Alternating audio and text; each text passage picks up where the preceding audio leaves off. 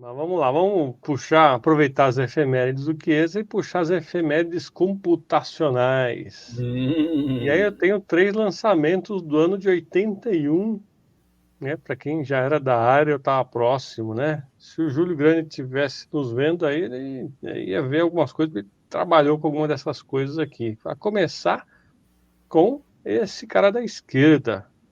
Quem seria? Sistema 700, fabricado pela Prológica no Brasil entre os anos de 1981 e 1985.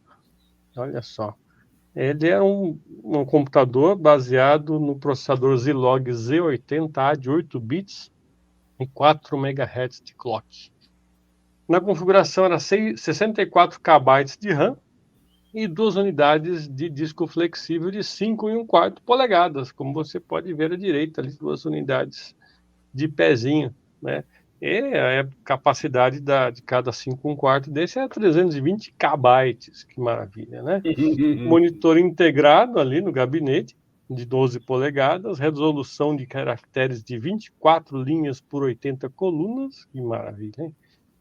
E tinha portas de comunicação paralela e serial. Que coisa de louco. O sistema operacional era o DOS 700, que era uma versão adaptada pela Prológica do CPM 80. Os aplicativos eram programados em linguagens BASIC, COBOL e Fortran, além de rodar aplicações como processador de texto WordStar, planilha eletrônica CalcStar e banco de dados DataStar e DBase 2. Já falamos do DBase 2 algumas semanas atrás, né?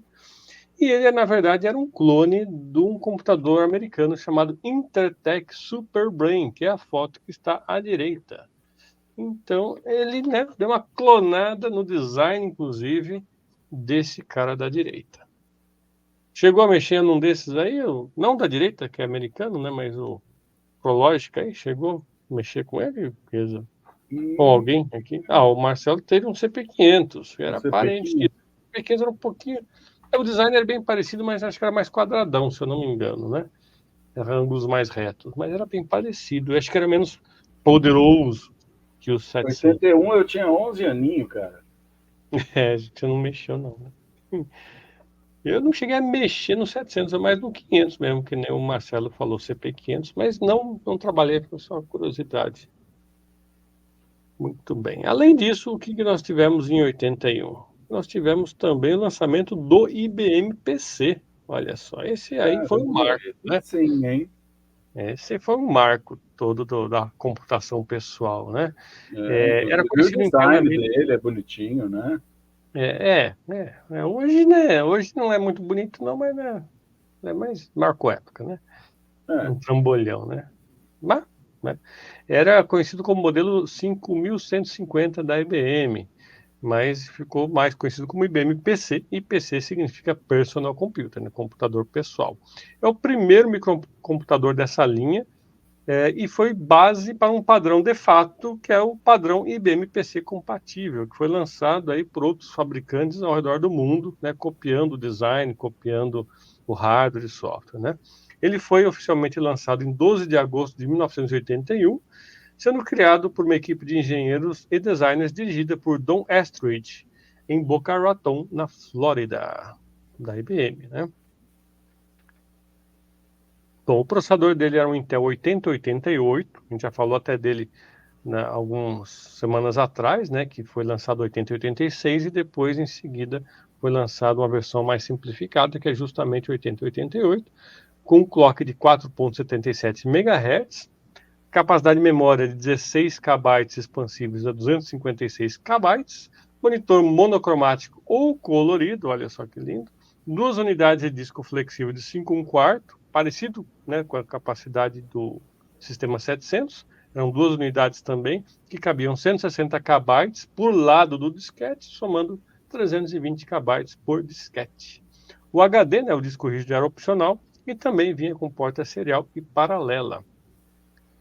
Mas o interessante é que ela é baseada numa arquitetura aberta, aceitando periféricos fabricados por terceiros.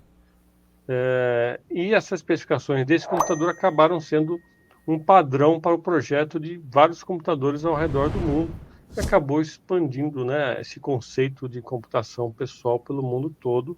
Claro que não foi sozinho, né? Teve outros computadores aí da própria Apple, e esses que a gente já comentou nos outros remutes, né? Mas foi um marco, né? O preço inicial desse cara aí era $1.565, convertendo, né, pela inflação, né, corrigindo pela inflação, daria uns $5.000 mais ou menos hoje em dia. Olha lá, eu comentando que aprendeu a programar BASIC no TK-85. Eu também aprendi o BASIC no TK-85, que eu tenho até hoje, mas não funciona mais. E o COBOL no CP500. Muito bem. É isso aí. E teve mais um lançamento em 81, meio que concomitante ao IBM e tão importante quanto, que é o MS-DOS, né? O sistema operacional da Microsoft. O MS-DOS, na verdade, ele foi adaptado, né? A versão original desse DOS era o 86-DOS, que era de propriedade da Seattle Computer Products e tinha sido escrito por Tim Paterson. O desenvolvimento do 86-DOS levou apenas 6 semanas e era um clone do CP/M, né? A gente já falou várias vezes do sistema operacional CP/M aqui.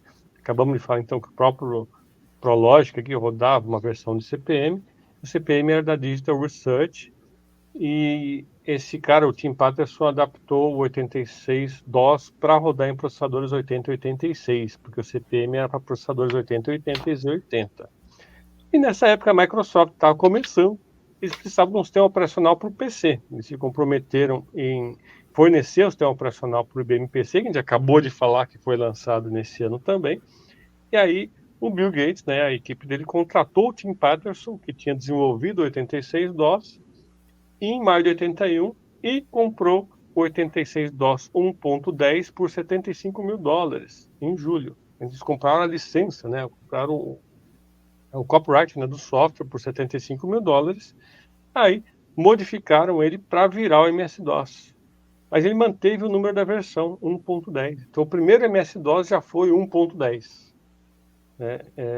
E aí foi licenciado para a IBM em agosto de 81 e sendo oferecido com o nome de PC-DOS 1.0 para ser fornecido com o IBM PC. Então havia o MS-DOS, que é para ser fornecido para qualquer computador compatível, mas quando embarcado ali junto com o IBM PC, ele tinha o nome de PC-DOS, mas essencialmente era a mesma coisa, né? Aí na tela você vê à esquerda uma telinha de um prompt de comando para quem está com saudade, aí do DOS, né, com o comando dir, para mostrar as pastas aí. Na época não chamava pasta, né? Chamava diretórios, né? Do disco C.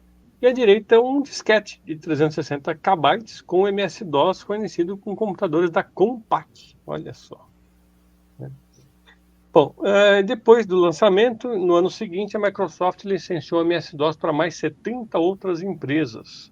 Ele foi projetado para ser um sistema operacional que poderia ser executado em qualquer computador da família 8086. E a última versão do MS-DOS que foi lançada foi a versão 8.0, chamada de Windows ME, ou Millennium Edition, justamente em 14 de setembro de 2000. E aí, nunca mais, né? Depois virou tudo Windows. Não teve mais versão de DOS. Boris, né? Usei muito DOS, né? Também usei bastante o DOS. Muito bom. É isso aí, são os meus lançamentos aí informáticos do ano de 1981. Mas essas linguagens de switch, essas coisas, elas usam o DOS ou elas usam alguma coisa parecida com o DOS?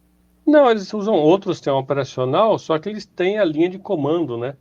Que parece até o DOS, porque é uma Parece o linha de DOS. comando, tem um prompt, mas os comandos não são os mesmos, né? Pode até ser parecido muitas vezes, mas não é o DOS.